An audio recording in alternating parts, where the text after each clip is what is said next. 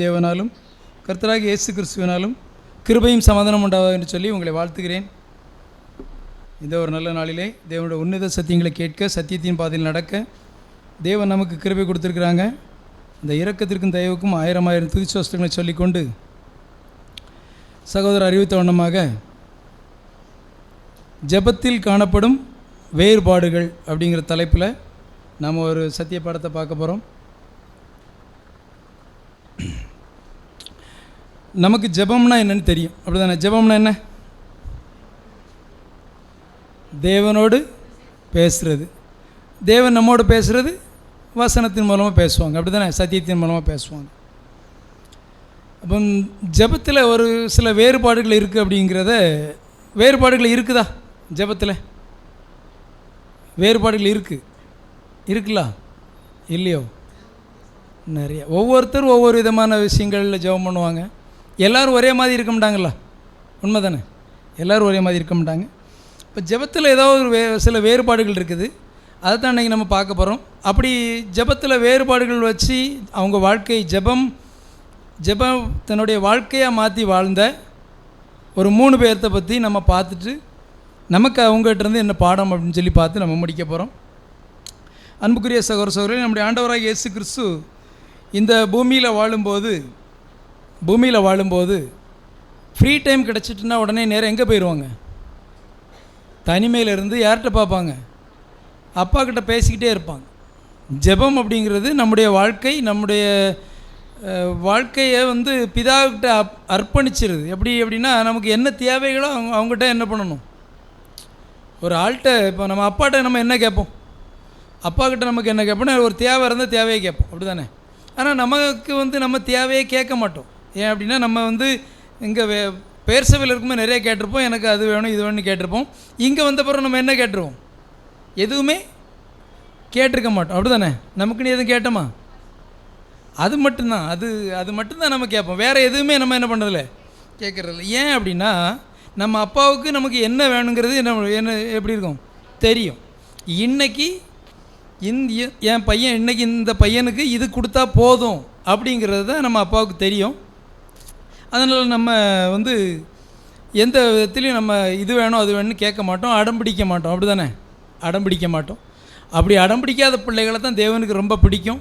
அடம்பிடிச்சு வாங்குறதும் ஒரு சில விஷயங்கள் இருக்குது. அது அடம்பிடிச்சு வாங்குறது என்னென்னா, தேவன் நமக்கு செவி கொடுக்கல, சில நேரங்கள் செவி கொடுக்கலன்னா அந்த ஓமை ஆண்டவராக இயேசுக்கு சொன்னாங்களா, ஒரு அக்கிரம அநீதியுள்ள ஒரு நியாயாதிபதிக்கிட்ட ஒரு விதவை ஒருத்தங்க தொந்தரவு பண்ணி வாங்கின மாதிரி நம்ம என்னதை தொந்தரவு பண்ணி வாங்கணும் அப்படின்னா பரிசுத்தாவே தொந்தரவு பண்ணி வாங்கணும். அன்புக்குரிய சகோதர சகோதரர்களே, நம்முடைய ஆண்டவராக இயேசு கிறிஸ்து இந்த பூமியில் இருந்து வாழ்ந்துட்டு இருக்கும்போது அதிகமாக ஜெபத்தில் தான் நமக்கு அவங்க வாழ்க்கையை கொண்டு போயிட்டு இருந்தாங்க. அதுதான் அவங்களுக்கு ஆகாரமாக இருந்துச்சு, அப்படி தான் வேத வல்லுநர்கள் சொல்கிறாங்க. அதுதான் அவங்களுக்கு ஆகாரமாக இருந்துச்சு. அப்போது இந்த காலங்களில் ஒரு வசனத்தை வாசிப்போம். மத்தேயு 26ஆம் அதிகாரம் 40ஆம் வசனம். மத்தேயு 26ஆம் அதிகாரம் 40ஆம் வசனம். பின்பு அவர் சீசர்களிடத்தில் வந்து அவர்கள் நித்திரை பண்ணுகிறதை கண்டு பேதுருவை நோக்கி, நீங்கள் 1 மணி நேரமாவது என்னோட கூட விழித்திருக்க கூடாதா? ஆண்டவராக இயேசு கிறிஸ்துவுக்கு ரொம்ப ஆசை. என்ன ஆசை அப்படின்னா, நான் எப்படி எங்கள் அப்பா கூட பேசிக்கிட்டு இருக்கணும், அதே மாதிரி என்னை பின்பற்றக்கூடியவங்களும் எப்படி இருக்கணும்?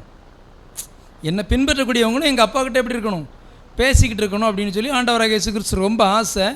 அந்த ஆசையை இவங்க என்ன பண்ணலை, இவங்க நிவர்த்தி பண்ணலை. என்ன காரணம் அப்படின்னா, மணவாளன் கூட இருக்கும்போது அவங்களுக்கு என்ன இருந்து எப்பவும் சந்தோஷம்தான்.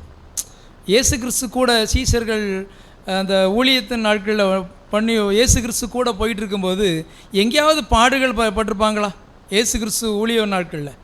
ஏன் அப்படின்னா எந்த பக்கம் திரும்பினாலும் இயேசு கிறிஸ்து ஒரு டாப் மோஸ்ட் ஆள், ஒரு அன்னைக்கு உள்ள லெவலில் ஒரு பாப்புலரான ஃபிகர். அப்போ இயேசு கிறிஸ்து கூட போகும்போது, ஒரு வல்லமையுள்ள ஊழியக்காரர் கூட போகும்போது அந்த ஊழியக்காரருடைய வேலைக்காரங்க எப்படி இருப்பாங்க? ரொம்ப இன்றைக்கி நிறையா சாமியார்கள் நம்ம பார்த்துருப்போம். சாமியார்கள் கூட கையாள் இருப்பாங்களா, இவங்ககிட்ட தான் சொத்து அதிகமாக இருக்கும்.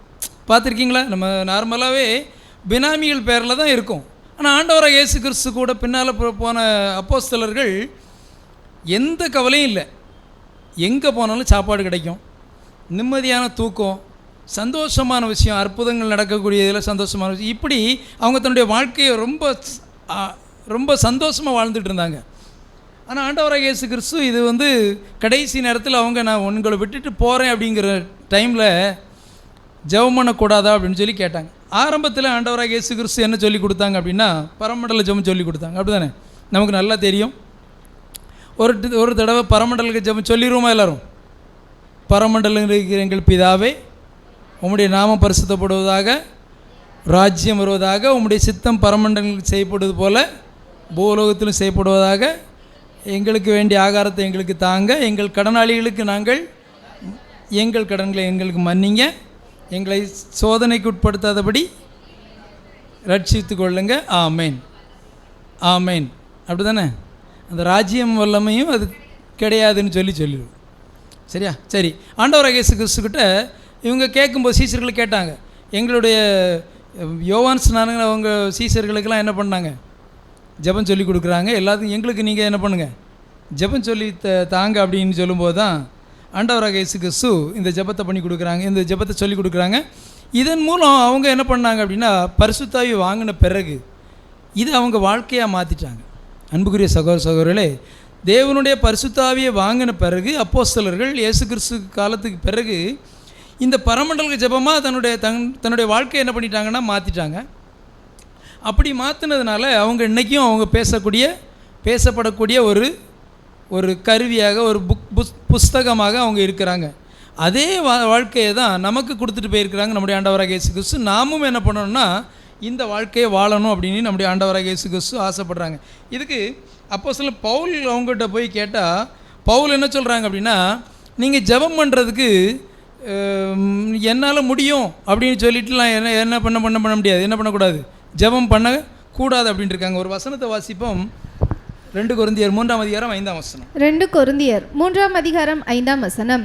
எங்களால் ஏதாகிலும் ஆகும் என்பது போல ஒன்றை யோசிக்கிறதற்கு நாங்கள் எங்களாலே தகுதியானவர்கள் அல்ல, எங்களுடைய தகுதி தேவனால் உண்டாயிருக்கிறது. எங்க தகுதி யார் மூலமா இருக்குன்னா தேவன் கிட்ட தான் இருக்குது, தேவன் மூலமா இருக்குது அப்படின்னு சொல்லி அப்போஸ்தலர் பவுல் கொரிந்தி சபைக்கு எழுதும்போது சொல்றாங்க. அன்புக்குரிய சகோதரர்களே, நாம ஜெபத்தில் குறைவுள்ளவர்கள் தான், ஆனால் நாம் ஜெபத்தில் எப்படி கேட்கணும் அப்படிங்கிறத நாங்கள் எந்த விதத்திலையும் தகுதியானவர்கள் அல்லப்பா, நாங்கள் தகுதியற்றவர்கள். ஆனாலும் உங்கள் உருக்கமான இரக்கத்தினால எங்களை என்ன பண்ணிக்கிடுங்க, எங்களுக்கு அந்த பரிசுத்தாவை கொடுத்து எங்களை வழி நடத்திக்கிடுங்க அப்படின்னு சொல்லிட்டு, இந்த தகுதியெல்லாம் எங்ககிட்ட இல்லை, எல்லாமே உங்ககிட்ட தான் இருக்குது அப்படின்னு சொல்லி ஆண்டவராகிய அப்போஸ்தலர் பவுல் சொன்னது போல் நாமும் இந்த ஜெபத்தை நாமும் செய்யணும்னு சொல்லி நம்முடைய ஆண்டவராகிய இயேசு கிறிஸ்து சொல்கிறாங்க. அன்புக்குரிய சகோதரர்களே, இன்னொரு வசனத்தையும் வாசிப்போம். லூக்கா 3ஆம் அதிகாரம் 12ஆம் வசனம். லூக்கா 3ஆம் அதிகாரம் 12ஆம் வசனம். அந்நாட்களிலே அவர் ஜெபம் பண்ணும்படி ஒரு மலையின் மேல் ஏறி ரா முழுவதும் தேவனை நோக்கி ஜெபம் பண்ணி கொண்டிருந்தார். எந்த டைமும் ஃப்ரீ டைம் கிடைச்சிட்டுனாலே நம்முடைய ஆண்டவராகிய இயேசு கிறிஸ்து யார்கிட்ட இருந்துருவாங்க, யார் கூட கனெக்ட் பண்ணிடுவாங்க, தேவன் கூட. நம்ம ஃப்ரீ டைமில் யார் கூட கனெக்டில் இருக்கோம்? மொபைல் கூட கனெக்டில் இருக்கும். அப்படி தானே? இல்லை, உண்மையை சொல்லிடணும். எல்லாம் இல்லாதவங்க இருக்காங்க, நிறைய பேர் இருக்காங்க, எல்லோரும் ஒன்று சொல்லலை. ஃப்ரீயாக இருக்க டைமில் மொபைல் கூட இல்லைனா இன்டர்நெட்டு கூட நம்ம கனெக்ட் ஆகிடுது. அது ஒரு வகையில் தேவையை எடுத்துகிட்டு மீதி என்ன பண்ணிடணும், தூர விட்டுட்டு ரொம்ப நேரம் அதில் கிடந்து மண்டையை விட்டக்கூடாது. அன்புக்குரிய சகோதரர்களே, அப்போ ஆண்டவராகிய இயேசு கிறிஸ்து எந்த டைம்லேயும் தான் அப்பா கிட்ட தொடர்பை என்ன பண்ணலை, தொடர்பை விடவே இல்லை. நமக்கு நல்லா தெரியும், அவங்க ஊழிய நாட்கள் ஆரம்பித்ததுலேருந்து, அதுக்கு முந்தையும் ப்ரேயர் பண்ணியிருப்பாங்க, சின்ன வயசுலேருந்தே ப்ரேயர் பண்ணியிருப்பாங்க. ஆனால் ஊழிய நாட்கள் ஆரம்பித்ததுலேருந்து அதிகமாக தான் அப்பா கூட டைம் ஸ்பெண்ட் பண்ணிகிட்டே இருந்தாங்க. அதனால தான் நமக்கும் அந்த வாழ்க்கையை ஆண்டவராகிய இயேசு கிறிஸ்துவின் வாழ்க்கையை வச்சுட்டு போயிருக்கிறாங்க. அன்புக்குரிய சகோதரர்களே, இன்னொரு வசனம் கூட வாசிப்போம். லூக்கா 9ஆம் அதிகாரம் 18ஆம் வசனம். லூக்கா 9ஆம் அதிகாரம் 18ஆம் வசனம். பின்பு அவர் தமது சீசர்களோட கூட தனித்து ஜெபம் பண்ணி கொண்டிருக்கையில் அவர்களை நோக்கி, ஜனங்கள் என்னை யார் என்று சொல்லுகிறார்கள் என்று கேட்டார். சீசர்கள் கூடயும் சேர்ந்து ஜெபம் பண்ணும்போது, சீசர்கள்ட்ட இருக்கும்போது அப்படியாவது தன்னுடைய சீசர்கள் ஜெபம் பண்ணுவாங்களா அப்படிங்கிற ஒரு வாஞ்சையை ஆண்டவராகிய இயேசு கிறிஸ்து இங்கே சொல்கிறாங்க. அன்புக்குரிய சகோதரர்கள், சீசர்கள் கூட உட்காந்து தனித்து இருக்கும்போது, ஜெபம் பண்ணிட்டு இருக்கும்போது அவங்கக்கிட்ட என்ன யாருன்னு கேட்டாங்கன்னு அதில் உள்ள சம்பாஷணைகள் நமக்கு தெரியும், அதை பார்க்கண்டாம். அப்போ ஜெபத்துக்கு எவ்வளோ முக்கியத்துவம் கொடுத்துருக்காங்க நம்முடைய ஆண்டவர். அந்த ஜெபத்தில் சில வேறுபாடுகளும் இருக்குது பைபிளில். அந்த வேறுபாடுகள் என்ன அப்படிங்கிறத தான் நாம் இன்றைக்கி பார்க்க போகிறோம். இன்னும் 2 வசனத்தையும் வாசித்துருவோம். 1 தெசலோனிக்கேயர் 5ஆம் அதிகாரம் 17ஆம் வசனம். 1 தெசலோனிக்கேயர் 5ஆம் அதிகாரம் 17ஆம் வசனம். இடைவிடாமல் ஜெபம் பண்ணுங்கள். லூக்கா 3ஆம் அதிகாரம் 21ஆம் வசனம்.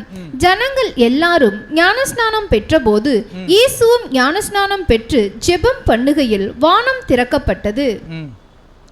அவரோ அடுத்த வசனம்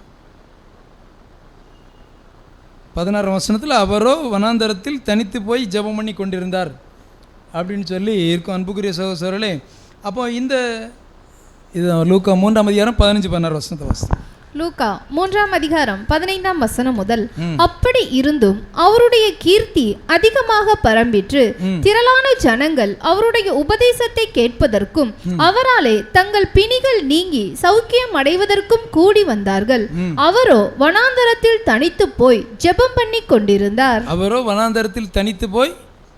இங்கே ஒரு அற்புதங்கள் நடந்துட்டு அதிசயங்கள் நடந்துட்டுன்னா அதை முடிச்சுட்டு அடுத்தால ஆண்டவராகிய இயேசு கிறிஸ்து எங்கே போயிடுவாங்க? அப்பாட்ட போய் இந்த விஷயங்கள்லாம் அவங்க சொல்லியிருப்பாங்க. அப்பாவும் பையனும் ஒரு இடல் ரொம்ப அருமையாக இருக்கும். எப்படி ஆபிரகாம் ஈசாக்கும் அந்த மலைக்கு போகும்போது, மோரியா மலைக்கு போகும்போது அவங்க 2 பேரும் எப்படி பேசியிருப்பாங்க? அப்பா என்ன சொன்னாலும் பையன் கேட்டிருப்பார், பையன் என்ன சொன்னாலும் அப்பா கேட்டிருப்பாங்க. அந்த மாதிரி இருந்திருக்கும் அவங்களுடைய கான்வர்சேஷன். அப்போ அன்புக்குரிய சகோதரர்கள், இப்படி ஆண்டவராக இயேசு கிறிஸ்து தான் வாழ்ந்த நாட்களில் ஒவ்வொரு நாளும் அதுக்கு தன்னுடைய ஊழிய நாட்கள் கடைசியில் படக்கூடிய பாடுகளை ஆண்டவருக்கு முன்னால தெரிஞ்சிருக்கும். அந்த பாடுகளில் எப்படி தான் அப்பா கிட்ட கேட்டு பரிசுத்தாவியை வாங்கிய அப்படின்னா, ஆண்டவராக இயேசு கிறிஸ்து பிறந்தது பரிசுத்தம், அவங்க வாழ்ந்தது பரிசுத்தம், மரித்தது பரிசுத்தம், எல்லா விதத்துலேயும் அவங்ககிட்ட பரிசுத்தம் இருந்துச்சு. அதெல்லாம் வச்சுக்கிட்டு கடைசி ஊழியத்தின் கடைசி நாட்களில் தன்னுடைய ஜெபத்தை வெற்றிகரமாக நடத்தினதுனால தான் இன்றைக்கி ஒரு வெற்றிகரமான ஒரு நபராக ஆண்டவராக இயேசு கிறிஸ்து யார்கிட்ட போயிருக்காங்க? பிதாக்கிட்ட. ஏற்கனவே ஆல்ரெடி பிதாக்கிட்ட தான் இருந்தாங்க. மறுபடியும் ஜெயிச்சு பிதாவுடைய சிங்காசனத்தில் பிதா கூட உட்காரக்கூடிய லெவலுக்கு ஆண்டவராக இயேசு கிறிஸ்து வளர்ந்துருக்காங்கன்னா அதுக்கு அவங்க பூமியில் வாழும்போது தன்னுடைய அப்பா கூட வச்சுருந்த அந்த தொடர்பு தான் அதுக்கு காரணம்னு சொல்லி பார்க்குறோம். அன்புக்குரிய சகோதரர்களே, அப்போ இன்றைக்கி நம்ம இந்த ஜெபத்தில் காணக்கூடிய வேறுபாடுகள் ஒரு 3 நபரை பற்றி பார்ப்போம். யார் யாரெல்லாம் பார்க்க போகிறோம் அப்படின்னா, இயேசு கிறிஸ்துவனுடைய ஜெப வாழ்க்கை ஒன்று பார்க்க போகிறோம். பேதுருனுடைய ஜெபம் அவங்களுடைய வாழ்க்கை, அடுத்தால யூதாசனுடைய ஜெப வாழ்க்கை. இந்த 3லேருந்து ஒரு சில வேறுபாடுகள் இருக்குது. நாம் இந்த 3ல் யாரோட ஜெபம் பண்ண போகிறோம், நம்முடைய ஜெபம் எப்படி இருக்கும், யாரோட ஜெபமாக இருக்கும் அப்படிங்கிறது தான் இன்றைக்கி நம்ம பார்த்து முடிக்க போகிறோம். அன்புக்குரிய சகோதரர்களே, இப்போ ஆண்டவராக இயேசு கிறிஸ்துவின் ஜெப வாழ்க்கை எப்படி இருந்துச்சு அப்படின்னா, ஆண்டவராக இயேசு கிறிஸ்து ஜெபம் பண்ணும்போது எந்த சூழ்நிலையிலும் ஜெபம் பண்ணிவிட்டு நமக்கு யாராவது இதாக கேட்டால் என்ன சொல்லுவாங்க அப்படின்னா இந்த வசனம் தான் இருக்கும். வாசிங்க, மத்தேயு 21ஆம் அதிகாரம் 22ஆம் வசனம். மத்தேயு 21ஆம் அதிகாரம் 22ஆம் வசனம். மேலும் நீங்கள் விசுவாசம் உள்ளவர்களாய் ஜெபத்திலே எவைகளை கேட்பீர்களோ அவைகளை எல்லாம் பெறுவீர்கள் என்றார். இந்த ஜெபம் சீசர்களை கவரக்கூடிய ஜெபமாக இருந்துச்சுன்னு சகோதரர் எழுதியிருக்கிறாங்க. இது நம்மளையும் கவர்ந்திருக்க அந்த ஜெபம் எப்படி இருக்குது? விசுவாசம் உள்ளவர்களாய் ஜெபத்தில் எதை கேட்டாலும் எதை வேணாலும் கேட்கலாம். அப்படி தானே எழுதியிருக்கு வசனம், அப்படி தானே எழுதியிருக்கு. நீங்கள் விசுவாசம் உள்ளவர்களாய் ஜெபத்தில் எவைகளை கேட்கிறீர்களோ அவைகளெல்லாம் பெறுவீர்கள். கண்டிஷன் இதே இருக்காது, இதில் கண்டிஷன் இது இல்லை. அப்போ இந்த வசனம் இது சீசர்கள்ட்ட சொல்லும்போது சீசர்களுக்கெல்லாம் என்ன இருக்கும்? ஒரு சந்தோஷம் இருக்கும். எப்படியும் அவங்களும் ஜெபம் பண்ணியிருப்பாங்க. இயேசு கிறிஸ்து கூட போகும்போது ஒரு ஜெபாலயத்துக்கு போகும்போது ஜெபம் பண்ணியிருப்பாங்க. பின்ன ஏதாவது வீடுகளில் கூடுகை இருந்தால் அங்கே ஜெபம் பண்ணியிருப்பாங்க. நம்மளே மாதிரி தான் நடந்திருக்கும். வீட்டு கூடுகைகள் நம்மளே மாதிரி தான் நடந்திருக்கும். அப்போ இந்த மாதிரி ஜெபம் பண்ணும்போது இது சீசர்களுக்கு நிச்சயமாக ஒரு கவரக்கூடிய ஒரு ஆரோக்கியமான ஒரு விஷயத்தை சொல்லியிருக்குன்னு சொல்லி பார்க்குறோம். அன்புக்குரிய சகோதரர்களே, அப்போ ஆண்டவராக இயேசு கிறிஸ்துவை கேட்டும்போது அவங்க ஜெப வாழ்க்கை என்னென்னா, எந்த சூழ்நிலையிலும் தன் அப்பா விட்டு ஒரு ஸ்டெப்பு கூட என்ன பண்ணலை, கீழே இறங்கவே இல்லை. இயேசு கிறிஸ்துவின் ஜெப வாழ்க்கையில் அடுத்த விஷயம் என்ன அப்படின்னா, வாசிப்போம். லூக்கா 18ஆம் அதிகாரம் 7ஆம் வசனம். லூக்கா 18ஆம் அதிகாரம் 7ஆம் வசனம். அந்தபடியே தேவன் தம்மை நோக்கி இரவும் பகலும் கூப்பிடுகிறவர்களாகிய தம்மால் தெரிந்து கொள்ளப்பட்டவர்களின் விஷயத்தில் நீடிய பொறுமையுள்ளவராயிருந்து அவர்களுக்கு நியாயம் செய்யாமல் இருப்பாரோ? தம்மால் தெரிந்து கொள்ளப்பட்டவர்கள் விஷயத்தில் நீடிய பொறுமையாக இருந்து அவர்களுக்கு நியாயம் செய்யாமல் இருப்பாரோ. எந்த சூழ்நிலையும் இயேசு கிறிஸ்துவை கேட்டால் என்ன பண்ண எல்லாமே கிடைக்கும். அன்னைக்குள்ள சீஷர்களுடைய நிலைமை அதுதான். எது கேட்டாலும் அவங்களுக்கு என்ன கிடச்சிருக்கும். ஒரு மனுஷனுக்கு வாழ்கிறதுக்கு தேவையானது என்னெல்லாம் சொல்லுங்கள் பார்ப்பேன். உண்ண உணவு, உடுக்க உடை, இருக்க இருப்பிடம். இந்த 3 சீஷர்களுக்கு பஞ்சம் இல்லாமல் கிடச்சிருக்குமா? இந்த 3 சீஷர்களுக்கு அன்றைக்கி பஞ்சம் இல்லாமல் கிடச்சிருக்கும். இயேசு கிறிஸ்துகிட்ட கேட்டால் இயேசு கிறிஸ்து என்ன பண்ணுறாங்க அப்படின்னா, அவங்க மனுஷகுமாரனுக்கோ தலை சாய்க்க இடமில்லை, அது வேறு டாபிக், அங்கே போயிடலாம். இன்றைக்கி இந்த மாதிரி இயேசு கிறிஸ்து தன் வாழ்ந்த வாழ்க்கையில் தன்னுடைய கூட இருந்த சீஷர்களை அப்படி எப்படி வச்சு தாங்கிக்கிட்டாங்கன்னா, உள்ளங்கையில் வச்சு தாங்கின மாதிரி கொண்டு போயிட்டு இருந்தாங்க. அவங்க சீஷர்களுடைய ஜெபத்தின் மேன்மை பற்றி சொல்லி கொடுத்துக்கிட்டே இருந்தாங்க. ஆனாலும் அவங்களுக்கு என்ன பண்ணலை, அதை பற்றி தெரியல. இன்னொரு இடத்துல ஆண்டவராக இயேசு கிறிஸ்து தன் ஜெபம் பண்ணும்போது கடைசி நாட்களில், நம்ம பஸ்கா புசிச்சோம்ல, இந்த கடைசி நாட்களில் ஒரு விஷயத்தை நம்முடைய ஆண்டவராக இயேசு கிறிஸ்து சொல்கிறாங்க. மத்தேயு 26ஆம் அதிகாரம் 26ஆம் வசனத்திலிருந்து வாசி. மத்தேயு 26ஆம் அதிகாரம் 26ஆம் வசனம் முதல். அவர்கள் போஜனம் பண்ணுகையில் இயேசு அப்பத்தை எடுத்து ஆசீர்வதித்து அதை பிட்டு சீசர்களுக்கு கொடுத்து, நீங்கள் வாங்கி புசியுங்கள், இது என்னுடைய சரீரமாய் இருக்கிறது என்றார். பின்பு பாத்திரத்தையும் எடுத்து ஸ்தோத்திரம் பண்ணி அவர்களுக்கு கொடுத்து, நீங்கள் எல்லாரும் இதிலே பானம் பண்ணுங்கள், இது பாவ மன்னிப்பு உண்டாகும்படி அநேகருக்காக சிந்தப்படுகிற புது உடன்படிக்கைக்குரிய என்னுடைய இரத்தமாய் இருக்கிறது. இது முதல் இந்த திராட்சப்பழ ரசத்தை நவமானதாய் உங்களுடனே கூட என் பிதாவின் ராஜ்யத்திலே நான் பானம் பண்ணும் நாள் வரைக்கும் இதை பானம் பண்ணுவதில்லை என்று உங்களுக்கு சொல்லுகிறேன். இந்த கடைசி பந்தியில் ஆண்டவராகிய இயேசு கிறிஸ்து ஜெபத்தோடு தான் இந்த வாழ்க்கையை, இந்த பந்தியை ஆரம்பிச்சிருக்காங்க. அப்படி தானே? ஜெபத்தோடு தான் ஆரம்பிச்சிருக்காங்க. பின்பு பாத்திரத்தை அப்பத்தை எடுத்து ஆசீர்வதித்து அதை பிட்டு சீஷர்கள் கொடுத்து, இதை உங்கள் கூட நான் எங்கே பருக ஆசையாக இருக்கிறேன், ராஜ்யத்தில் நவமானதாய். அப்படி தானே போட்டிருக்கு. இந்த திராட்சைப்பழ ரசத்தை நவமானதாய் உங்களோடு கூட பருக நான் என்ன பண்ணிருக்கேன், ஆசையாக இருக்கிறேன் அப்படின்னு சொல்லி ஒரு ஜெபத்தோட இந்த காரியங்களை அவங்களுக்கு சொல்லி கொடுத்துருக்குறாங்க. இயேசு கிறிஸ்துவின் வாழ்க்கையை பற்றி சீஷர்கள் அந்த நேரத்தில் பார்த்தது என்ன அப்படின்னா, எதுக்கெடுத்தாலும் அப்பா கிட்ட பேசுகிறேன்னு சொல்லிட்டு இருக்காங்களே அப்படிங்கிறத தான் சீஷர்கள் பார்த்துருப்பாங்க. உண்மை தானே? சீஷர்கள் பார்த்துருப்பாங்க. அப்போ ஆண்டவராகிய இயேசு கிறிஸ்து தன்னுடைய ஜெப வாழ்க்கையில் தன்னுடைய அடிச்சுவடுகளை பின்பற்றி வரக்கூடிய பின்னடியார்கள், ஆண்டவராகிய இயேசு கிறிஸ்துடைய பின்னடியார்களுக்கு ஜெபத்தின் மேன்மையை பற்றி கொஞ்சம் கொஞ்சமாக சொல்லி கொடுத்துட்டு போயிருந்தாங்க. அப்படி சொல்லி கொடுத்துட்டு போயிருக்கும்போது தான் இந்த சம்பவம் நடக்கு. போஜனம் பந்தி இருக்கும்போது ஆண்டவராகிய இயேசு கிறிஸ்து பஸ்கா நாட்களில் இந்த காரியத்தை சொல்லி அவங்ககிட்ட சொல்லி இதன் மேன்மையை சொல்லி கொடுத்தாங்க. நமக்கும் ஆண்டவராகிய இயேசு கிறிஸ்து இந்த நாட்களில் இந்த பஸ்காவோட மேன்மையை நமக்கு சொல்லி கொடுத்துருக்காங்க. என்ன காரணம் அப்படின்னா, வெளியே உள்ளவங்களுக்கு இது பஸ்கா பெரிய வெள்ளி அந்த மாதிரி நார்மலாக இருக்கும். நம்மளும் வந்து அப்படி தான் இருந்தோம். ஆனால் இந்த சத்தியத்துக்குள்ளே வந்த பிறகு இதன் மேன்மை என்ன அப்படின்னா, ஒரு தலைச்சன் பிள்ளை இந்த பஸ்கா ஆடை கரெக்டாக அடித்து சாப்பிடலாம், அந்த வீட்டிலோட தலைச்சன் பிள்ளை என்ன பண்ணாது, உயிரோடு இருக்கு. ஏதாவது ஒரு சின்ன தவறு இருந்தாலும் அந்த தலைச்சன் பிள்ளை இருக்காது. அப்போ தலைப்பிள்ளைகள் காக்கப்படணும்னா இந்த பஸ்கா பந்தியை கரெக்டாக புசிக்கணும். அதை தான் ஆண்டவர் ஒரு முன்னுரிமையாக சொல்லி கொடுத்துருக்காங்க. இரண்டாவது இன்னொரு விஷயத்தையும் ஆண்டவராகிய இயேசுக்கு சொல்லி கொடுத்துருக்காங்க. என்ன அப்படின்னா, மத்தேயு 17ஆம் அதிகாரம் 1ஆம் வசனத்திலிருந்து வாசி. மத்தேயு 17ஆம் அதிகாரம் 1ஆம் வசனம் முதல். இயேசு இவைகளை சொன்ன பின்பு தம்முடைய கண்களை வானத்துக்கு ஏறெடுத்து, பிதாவே, வேலை வந்தது, நீர் உம்முடைய குமாரனுக்கு தந்தருளின யாவருக்கும் அவர் நித்திய ஜீவனை கொடுக்கும் பொருட்டு மாம்சமான யாவர் மேலும் நீர் அவருக்கு அதிகாரம் கொடுத்தபடியே உம்முடைய குமாரன் உம்மை மகிமைப்படுத்தும்படிக்கு நீர் உம்முடைய குமாரனை மகிமைப்படுத்தும். ஒன்றான மெய்தேவனாகிய உம்மையும் நீர் அனுப்பினவராகிய இயேசு கிறிஸ்துவையும் அறிவதே நித்திய ஜீவன். மன்னிச்சுக்கிடுங்க, இது யோவான் 17ஆம் அதிகாரம், தவறா அந்த மத்தேயு 17ஆம் அதிகாரம் போட்டேன். யோவான் 17ஆம் அதிகாரம். அன்புக்குரிய சகோதரர்களே, இயேசு இவைகளை சொன்ன பின்பு வானத்துக்கு கண்களை ஏறெடுத்து, பிதாவே, வேலை வந்தது, நீர் குமாரனுக்கு தந்தருளின யாவருக்கும் அவர் நித்திய ஜீவனை கொடுக்கும் பொருட்டு மாம்சமான யாவர் மேலும் நீர் அவருக்கு அதிகாரம் கொடுத்தபடியே உம்முடைய குமாரன் உம்மை மகிமைப்படுத்தும்படிக்கு நீர் உம்முடைய குமாரனை மகிமைப்படுத்தும்.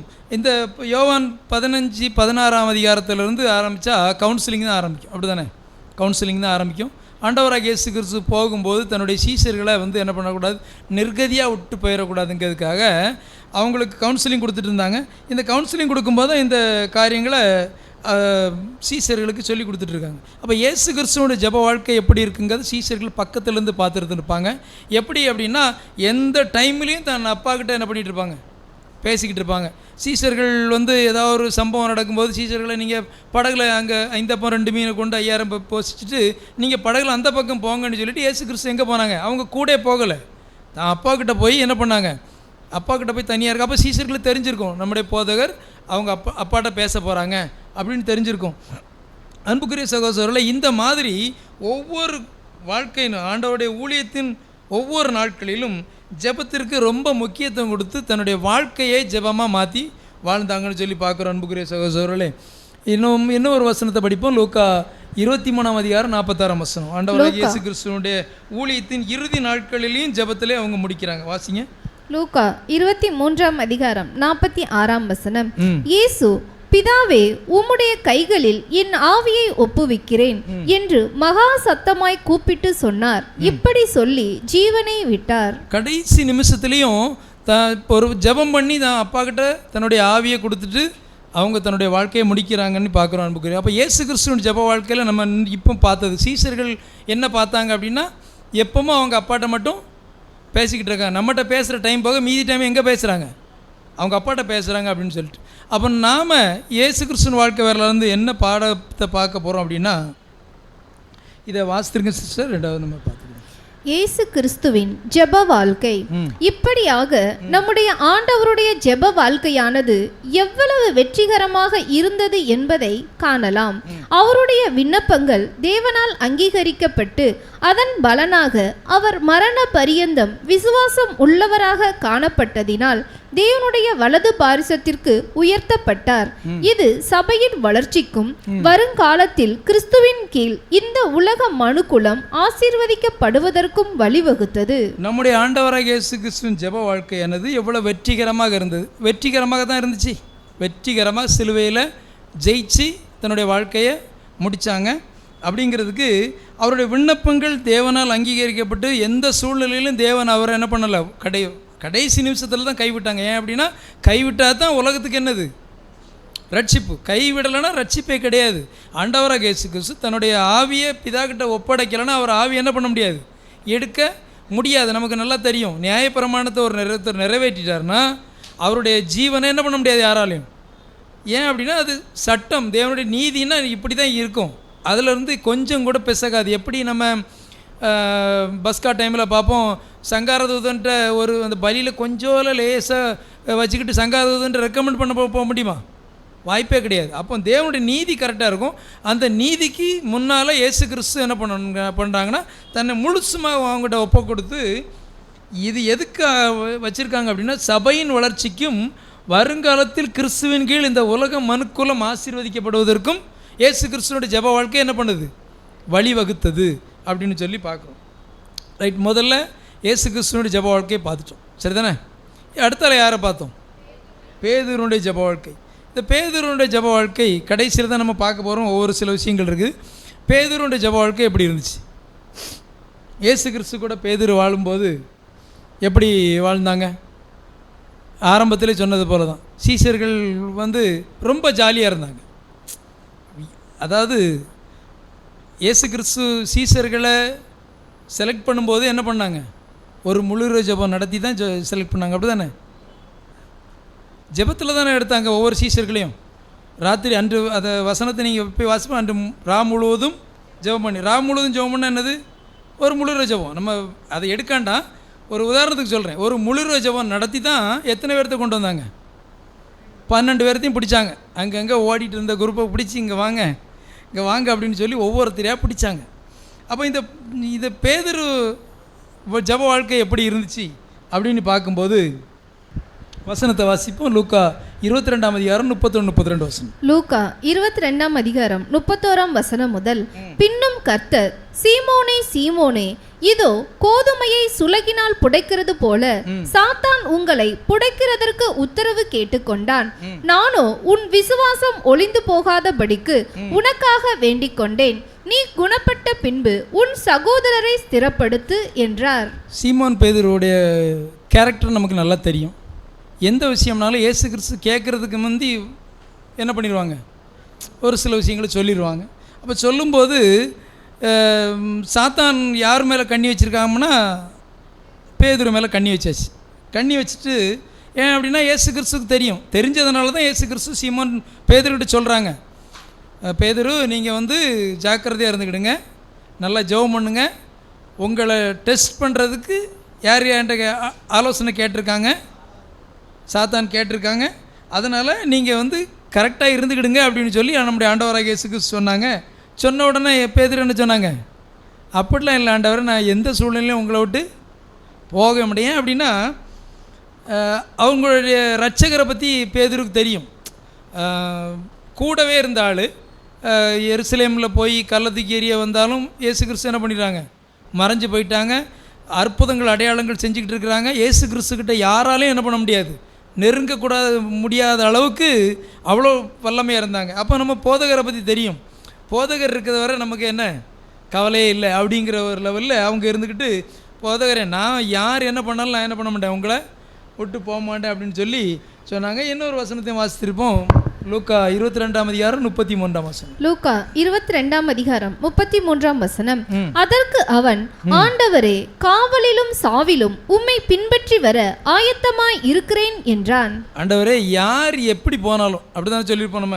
நம்ம இந்த சத்தியத்துக்கு வந்த புதுசில் என்ன சொல்லுவோம் தெரியுமா, சொல்லியிருப்போம், என்ன நடந்தாலும் இந்த சத்தியத்தை விட்டு என்ன பண்ணக்கூடாது, உலகமே இடிஞ்சு விழுந்தாலும். ஏன் அப்படின்னா அந்த பேசிக் கேட்ட ஒரு சந்தோஷத்தில் இது எல்லாருக்குள்ளேயும் இருந்திருக்குங்களா, எல்லாத்துக்குள்ளேயும் இந்த விசுவாசம் இருக்கும். ஏன்னா பேசிக்காக வந்து அவ்வளோ அழகாக இருக்கும்.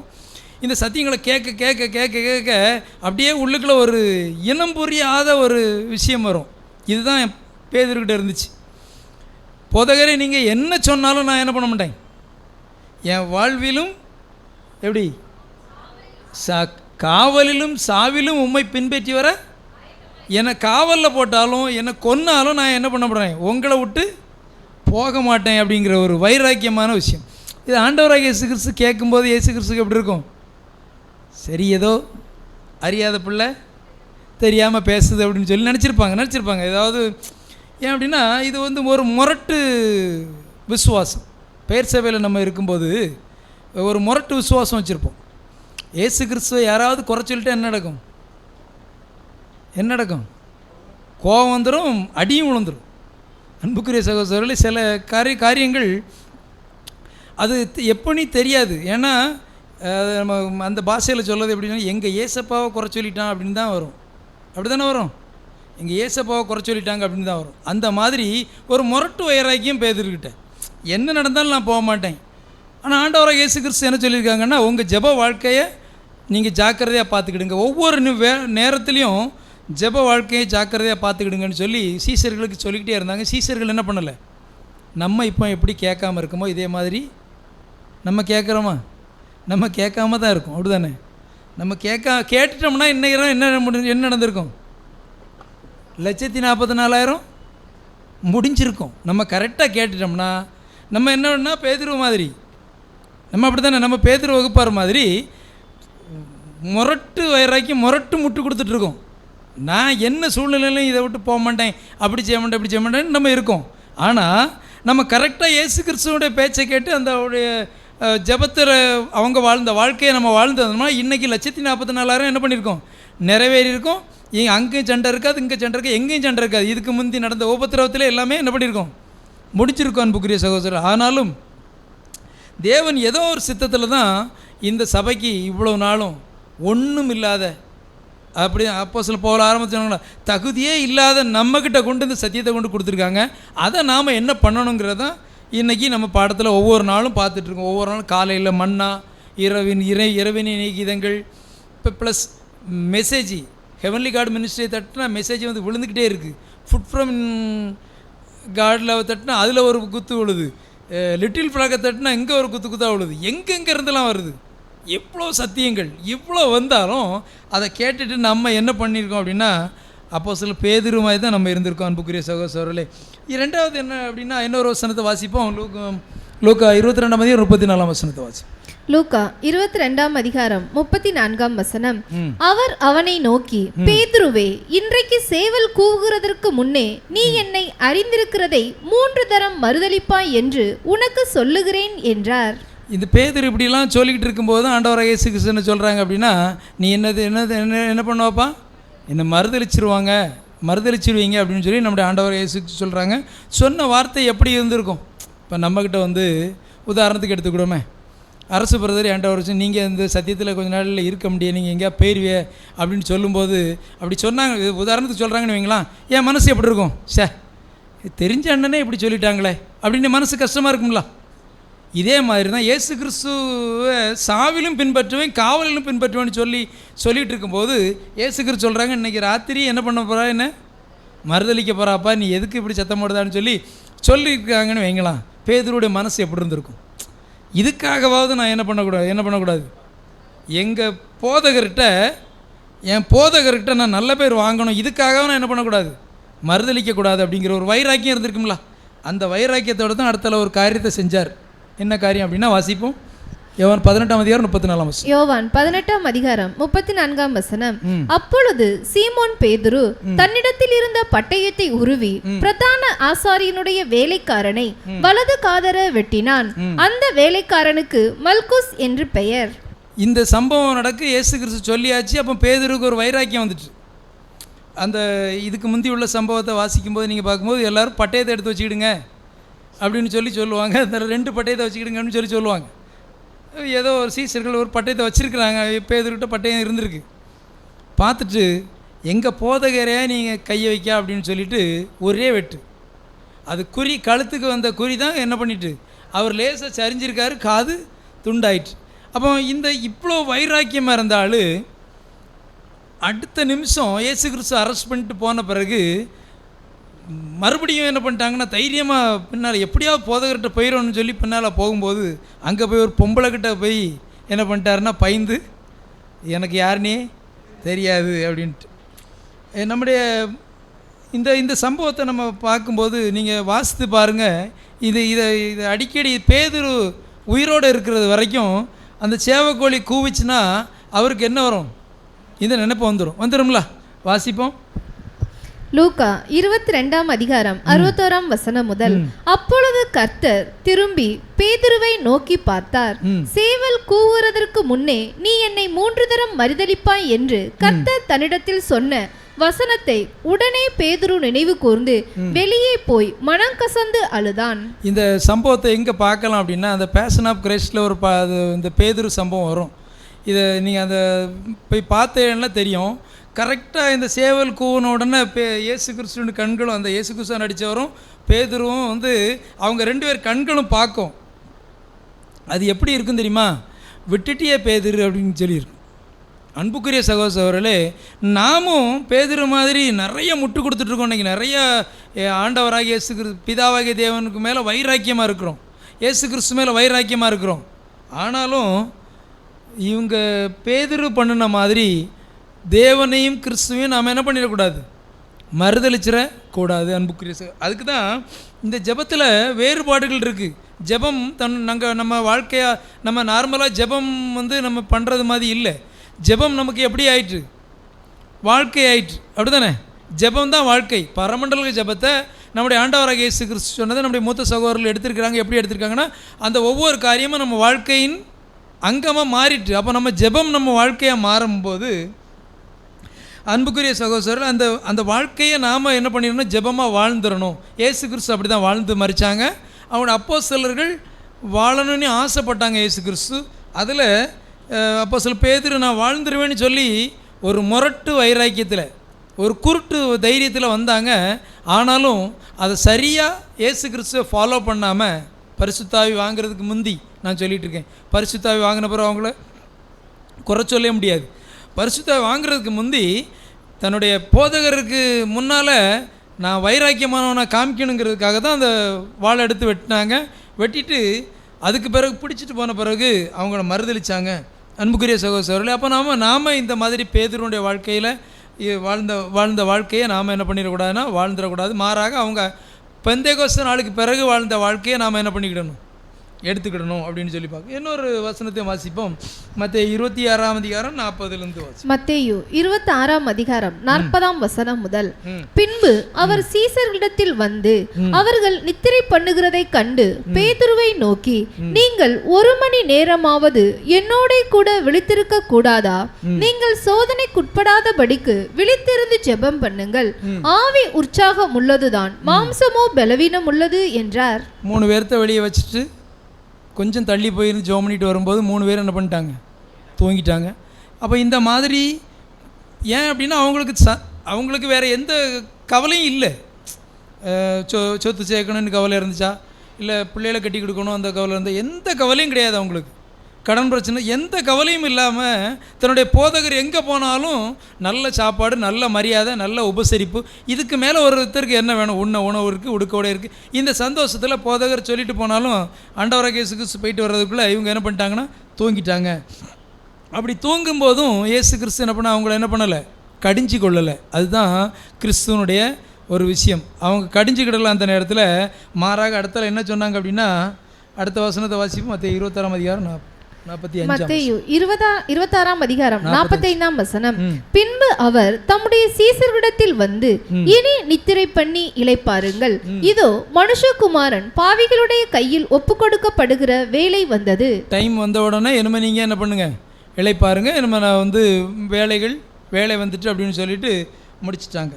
இதில் இருந்து நமக்கு என்ன விஷயம் அப்படின்னா, இந்த வாழ்க்கையில் பேதுருடைய வாழ்க்கையில் வந்து நமக்கு உள்ள காரியம் என்ன அப்படின்னா, அப்போஸ்தலர் பவுல் இதுக்கு ஒரு வசனத்தை கொடுத்துருக்குறாங்க. வாசிப்போம்.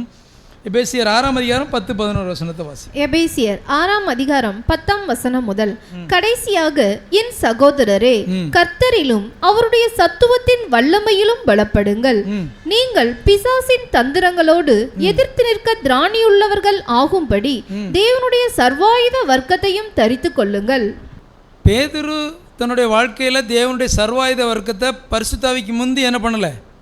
தரிச்சுக்கிடாதனால தான் சாத்தானின் தந்திரத்தை எதிர்த்து நிற்க திராணி இல்லாமல் போயிட்டு. திராணி இருந்துச்சுன்னா அவர் என்ன பண்ணியிருக்க மாட்டாங்க? மறுதளிச்சிருக்க மாட்டாங்க. மாறாக அப்போ ஆண்டவராகிய இயேசு கிறிஸ்து கூட தன்னுடைய ஜீவனை விடது கூட துணிஞ்சிருந்திருப்பாங்க. அன்புக்குரிய சகோதரர்கள், அப்போ நமக்கு அதுலேருந்து என்ன பாடம் அப்படின்னா, இதை வாசித்துருங்க, நம்ம பார்த்துடலாம். இதை வாசித்துருங்க. பேதுருடைய ஜெப வாழ்க்கையில் நமக்கு என்ன பாடம்? பேதுருவின் ஜெப வாழ்க்கை. பேதுரு இருதயத்தில் ஒரு நல்ல மனுஷனாக காணப்பட்டதினால் இயேசு கிறிஸ்து பேதுருவுக்காக தன் தந்தையிடம் வேண்டுதல் செய்தார்கள். பேதுரு இருதயத்தில் ஒரு நல்ல மனுஷன், கள்ளங்கபடம் இல்லாத ஒரு ஆள், அப்படிதானே? எதையும் மனசில் வச்சுருக்க மாட்டாங்க. டமார்னு என்ன பண்ணுவாங்க? கள்ளங்கபடம் இல்லாத ஆள். இப்படி இருந்ததுனால தான் இயேசு கிறிஸ்து பேதுருக்காக என்ன பண்ணாங்க? அப்பா கிட்ட வேண்டிக்கிட்டாங்க. அன்புக்குரிய சகோதரர், நாமும் எப்படி இருக்கணும் அப்படின்னா, பேதுரு மாதிரி கள்ளங்கபடம் இல்லாமல் இருக்கணும். அப்படி இருந்தால் நமக்கும் நம்முடைய ஆண்டவராகிய இயேசு கிறிஸ்து என்ன பண்ணுவாங்க? அப்பா கிட்டேருந்து ரெக்கமெண்ட் பண்ணிகிட்டு இருப்பாங்க. பரவாயில்ல தேவனே, இந்த ஒரு தடவை இந்த கோர்ட்டில் வந்து ஜட்ஜிக்கிட்ட போய் வக்கீல் என்ன பண்ணுவார்னா, நேரடியாக இல்லை நீங்கள் எனக்கு வந்து இப்படி கையை காமிச்சு பேச முடியுமா? கோர்ட்டில் ஜட்ஜிக்கிட்ட போய் வக்கீல் இப்படி கையை காமிச்சுலாம் பேச முடியாது. என்ன பண்ணுவாங்க? ஜட்ஜி அங்கே தான் இருப்பார். இவங்க எப்படி போவாங்க? அந்த பக்கம் போகும்போது என்ன பண்ணுவாங்க? குனிஞ்சு தான் போவாங்க. அப்போ இந்த மாதிரி நம்ம அப்பாக்கிட்ட நம்ம இன்னும் சரியாக நம்முடைய வாழ்க்கையை வாழ்ந்து முடிக்கலை. நம்முடைய வாழ்க்கையை அப்பாக்கிட்ட காமிக்கணும்னா கிறிஸ்துவ ட்ரெஸ்ஸாக போட்டு தன்னை ட்ரெஸ்ஸாக நமக்கு கொடுத்து மறைச்சி, அவங்க பிதா பார்க்கும்போது யாரை பார்ப்பாங்க? கிறிஸ்துவை தான் பார்ப்பாங்க. கிறிஸ்துவை பார்த்து என்னைக்கு இந்த கிறிஸ்து மாதிரி நம்ம வாழ்ந்த வாழ்க்கையை முடிக்கிறோமோ அன்னைக்கு தான் கிறிஸ்து விலகுவாங்க. நாம் யார்கிட்ட போக முடியும்? பிதாக்கிட்ட போக முடியும். அன்புக்குரிய சகோதரர்களே, அப்போ பேதுருடைய வாழ்க்கையில் பேதுரு ஒரு கள்ளங்கப்படம் இல்லாத ஒரு நல்ல ஒரு குணமுள்ளவனாக இருந்தது போல் நாமும் எப்படி இருக்கணும்னா கள்ளங்கப்படம் இல்லாமல் இருக்கணும். கள்ளங்கப்படம் இல்லாமல் இருக்கணும் என்ன பண்ணணும்? ஒரே ஒரு காரியம்தான், வெக்கம், மானம், சூடு, சொரணம் என்ன பண்ணக்கூடாது? இருக்கக்கூடாது. எதுக்கு இருக்கக்கூடாதுன்னு சண்டை போட்டால் உடனே என்ன பண்ணிடணும்? சண்டை போட்டால் உடனே சேர்ந்துடணும். இப்போ காலையில் சண்டை போட்டால் பொழுது அது ஒரு வசனம் இல்லை பிரதர்? காலையிலே பகலில் சண்டை போட்டிங்கன்னா சூரியன் அஸ்தமிக்கக்குள்ளே என்ன பண்ணிடுங்க? சமாதானமாயிருங்க. இதைத்தான் செய்யணும். இப்படி சமாதானமாகும்போது என்ன நடக்கும் அப்படின்னா, கொஞ்சம் உள் மனசு குத்தம். நம்ம ஒன்று எப்படிலாம் பேசுனாங்க, உன்னை எப்படிலாம் குத்துனாங்க அப்படின்னு உள் மனசு ஒரு சில குத்தும். அதெல்லாம் தூக்கி தூர வச்சுட்டு பேதுரு மாதிரி கள்ளங்கப்படம் இல்லாமல் என்ன பண்ணிடணும். அதுதான் ஆண்டவர் இயேசு கிறிஸ்து ஒரே வார்த்தையில் போட்டாங்க. பரலோக ராஜ்யத்துக்கு யாரெல்லாம் போகணுன்னு ஆசைப்படுறீங்களோ என்ன பண்ணுங்க, ஒரு சின்ன பிள்ளையை தூக்கி மடியில் வச்சுட்டு இது மாதிரி மாறிடுங்க. இப்படி மாறிட்டிங்கன்னா நீங்கள் எங்கே போயிடலாம், பரலோக ராஜ்யத்துக்கு போயிடலாம். சிம்பிளான விஷயம். அப்படி மாறுறதுக்கு நம்ம மாம்சம் என்ன பண்ணாதுன்னா இடம் கொடுக்காது லேசில். அன்புக்குரிய சகோதரர்களே, அந்த மாம்சம் இடம் கொடுக்காம இருந்தால் நாம் என்ன பண்ண முடியாது அப்படின்னா ராஜ்யத்துக்கு போக முடியும். இங்கே உச்ச ஊனி தலைகளை நின்னாலும், இங்கே உச்ச ஊனி தலைகளை நின்று நான் சபையில் எல்லா வேலையும் நான் எடுத்து போட்டுருவேன் அப்படின்னாலும் என்ன பண்ண முடியாது, அங்கே போக முடியாது. அன்புக்குரிய சகோதரர், அதுதான் பேதுருனுடைய வாழ்க்கையிலேருந்து நம்ம பார்த்தோம். சரி, இப்போ ரெண்டாவது நபருடைய மூணாவது யார் பார்த்தோம், யூதாசனுடைய ஜெப வாழ்க்கை. இது ரொம்ப வசனங்கள்லாம் இல்லை, ஆனால் யூதாசனுடைய ஜெப வாழ்க்கை, யூதாஸ்கிட்டேருந்து ஒரு சில நல்ல காரியங்களும் இருந்துச்சு, நிறையா ஒரு பெருமையான விஷயங்கள் அவர்கிட்ட இருந்துச்சு. ஏன் அப்படின்னா தான் எப்படிப்பட்ட ஆள், பொக்கிசதாரர். அப்படி தானே, பொக்கிசதாரர் அப்படிங்கிற ஒரு விஷயம் நம்ம கிராமங்களில் இருக்கும். இந்த சில எங்கள் ஊர்லலாம் நாங்கள் முந்தி இருக்கும்போது சிஎஸ்ஐயில் இருக்கும்போது அந்த பொக்கிசதாரர் அப்படிம்பாங்க, சொல்லுவாங்களா. ஏன்னா அவர்கிட்ட என்ன இருக்குன்னா ஒரு பெட்டி இருக்கும், காணிக்கை பெட்டியில் உள்ள சாவிலாம் அவர்கிட்ட தான் இருக்கும். அவர் என்ன சொல்லுவாங்க, பொக்கிசதாரர் அப்படிம்பாங்க. பொக்கிசதாரர் என்ன, பொக்கிசதாரர் வாராரு அப்படின்னு சொல்லி அவருக்கு ஒரு மரியாதை கொடுப்பாங்க.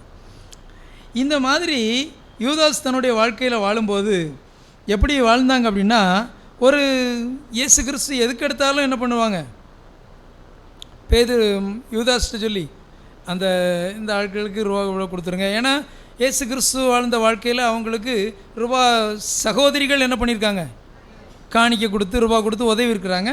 அதெல்லாம் யார்கிட்ட போகும், இயேசு கிறிஸ்துட்டே போகும், யூதாஸ்கிட்ட தான் போகும். அப்போ யூதாஸ்கிட்ட வரும்போது யூதாஸ் ஒரு எல்லாராலையும் என்ன எப்படிப்பட்ட ஆள், ஒரு மதிக்கத்தக்கவர். சரி, அவர்கிட்ட வேண்டாம். ஏன்னா அவரை பற்றி சொல்லும்போது உண்மையான பிராண சிநேகிதன் இதெல்லாம் வசனம் இருக்குது. இயேசு கிறிஸ்துவுக்கு ரொம்ப நெருக்கமான ஆள், ஒரு நெருக்கமான ஆள்னா ஒரு நம்பிக்கைக்குரிய பாத்திரமாக தான் இருந்திருக்கிறாங்க ஆரம்பத்தில். அப்படி இருந்த யூதாஸனுடைய ஜெப வாழ்க்கை எப்படி இருந்துச்சு அதை பார்க்கலாம். வசனத்தை வாசிப்போம். லூக்கா 6ஆம் அதிகாரம் 13ஆம் வசனம். லூக்கா 6ஆம் அதிகாரம் 13ஆம் வசனம். பொழுது விடிந்தபோது அவர் தம்முடைய சீசர்களை வரவழைத்து அவர்களில் 12 பேரை தெரிந்து கொண்டு அவர்களுக்கு அப்போஸ்தலர் என்று பெயரிட்டார். இது சீசர்களை செலக்ட் பண்ணக்கூடிய சம்பவம், அப்படிதானே? சீசர்களை செலக்ட் பண்ணக்கூடிய சம்பவம் எப்படி அப்படின்னா, முந்தின நாள் நைட்டு முழு ஜெபம் பண்ணி யாரை எப்படி எடுக்கிறாங்க, யூதாஸையும் நம்முடைய ஆண்டவராகிய இயேசு கிறிஸ்து ஜெபத்தில் வச்சு தான் என்ன பண்ணுறாங்க, எடுக்கிறாங்க. அப்போ உள்ளே வரும்போது எப்படிப்பட்ட கேரக்டராக வந்திருக்காங்க, ஒரு நல்ல கேரக்டராக வந்திருக்கிறாங்க. வந்த பிறகு இயேசு கிறிஸ்துவனுடைய வரவு செலவு கணக்குகள்லாம் கரெக்டாக பார்த்ததுனால இயேசு கிறிஸ்து அவங்க மேலே கொஞ்சம் அன்பாக இருந்திருக்கிறாங்க. அது தேவனுடைய திட்டத்தின்படி அவங்க தான் காட்டி கொடுக்கணும் இருந்திருக்கு. அதை நம்ம ஒன்றும் சொல்ல முடியாது, அதுக்குள்ளே போய் நம்ம எதுவும் பார்க்காண்டா. ஆனால் யூதாஸுடைய வாழ்க்கை ஒரு நல்ல விதமாக தான் போயிட்டு இருந்திருக்கு.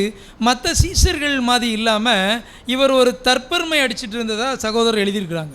ஒரு என்ன சொல்லணும், ஆரம்பத்தில் சொன்னது போல தான் அவர் தான் பொக்கிஷதாரர், அவர்கிட்ட தான் எல்லா விஷயத்தையும் இயேசு கிறிஸ்து பேசுகிறாங்க. பேதுருக்கிட்ட ஒரு விஷயத்தை சொல்லிவிட்டு பேதுரு செயலாளர், இவர் பொருளாளர், அந்த மாதிரி தான் இருந்திருக்கு. இயேசு கிறிஸ்துவுக்கு பேதுரு செயலாளர், யூதாஸ் பொருளாளர். இப்படி வாழ்ந்த வாழ்க்கையில் ஒரு நாள் இந்த சம்பவம் நமக்கு நல்லா தெரியும். வசனத்தை வாசிக்கணும். லூக்கா 12ஆம் அதிகாரம் 3ஆம் வசனத்திலிருந்து வாசிப்போம். யோவான் 12ஆம் அதிகாரம் 3ஆம் வசனம் முதல். அப்பொழுது மரியாள் விலையேற பெற்ற களங்கமில்லாத நலதம் என்னும் தைலத்தில் ஒரு ராத்தல் கொண்டு வந்து அதை இயேசுவின் பாதங்களில் பூசி தன் தலைமயிரினால் அவருடைய பாதங்களை துடைத்தாள். அந்த வீடு முழுவதும் தைலத்தின் பரிமளத்தினால் நிறைந்தது. இயேசு கிறிஸ்துவுக்கு நடந்த ஒரு பந்தியில், அப்படிதானே, இயேசு கிறிஸ்துக்கு நடந்த ஒரு விருந்தில் இந்த சம்பவம் நடக்கு. மரியாள் என்ன பண்ணுறாங்க அப்படின்னா, விலையேற பெற்ற ஒரு நலதத்தை ஊற்றி இயேசு கிறிஸ்து பாதத்தில் ஊற்றுறாங்க. அதனுடைய விலை எவ்வளோ இருக்கும்னா ஒரு 300 பணத்துக்கு அதிகமாக இருக்குன்னு சொல்கிறாங்க. ஏன் அப்படின்னா அவருக்கு தெரியும், யூதாஸுக்கு தெரியும், கேஷியராக இருந்ததுனால அவருக்கு தெரியும் இதுக்கு இவ்வளோ செலவாகுது, இதுக்கு இப்படி இருக்குது, இதுக்கு இவ்வளோ செலவாகுன்னு தெரியும். அப்போ அவர் சொல்லும்போது என்ன சொல்கிறார் அப்படின்னா, அடுத்த வசனத்தை வாசிப்போம், 4ஆம் வசனத்துலேருந்து வாசிப்போம். யோவான் 12ஆம் அதிகாரம் 4ஆம் வசனம் முதல். அப்பொழுது அவருடைய சீசரில் ஒருவனும் அவரை காட்டிக் கொடுக்க போகிறவனும் ஆகிய சீமோனுடைய குமாரனான யூதாஸ் காரியோத்து இந்த தைலத்தை 300 பணத்துக்கு விற்று தரித்திரருக்கு கொடாமல் போனதென்ன என்றான். யூதாஸ் காரியத்தை என்ன சொல்றாரு அப்படின்னா, இந்த தைலத்தை வந்து விற்று யாருக்கு கொடுக்கலாம்? போதகரே, இயேசு கிறிஸ்து அப்படி தான் சொல்லியிருப்பாங்க. போதகரே, இது என்ன போதகரே, 300 பணத்துக்கு அதிகமான இருக்குது, இவ்வளோதுக்கு எத்தனை பேர்த்துக்கு சாப்பாடு கொடுத்துருக்கலாம். அவர் அந்த லெவலில் பேசியிருக்கிறார். அதை யோவான் என்ன சொல்கிறாங்க அப்படின்னா, வாசிப்போம், யோவான் சொல்கிறத வாசிப்போம். அவன் தரித்திரரை குறித்து கவலைப்பட்டு இப்படி சொல்லாமல், அவன் திருடனானபடியினாலும் பணப்பையை வைத்துக்கொண்டு அதிலே போடப்பட்டதை சுமக்கிறவன் ஆனபடியினாலும் இப்படி சொன்னான்.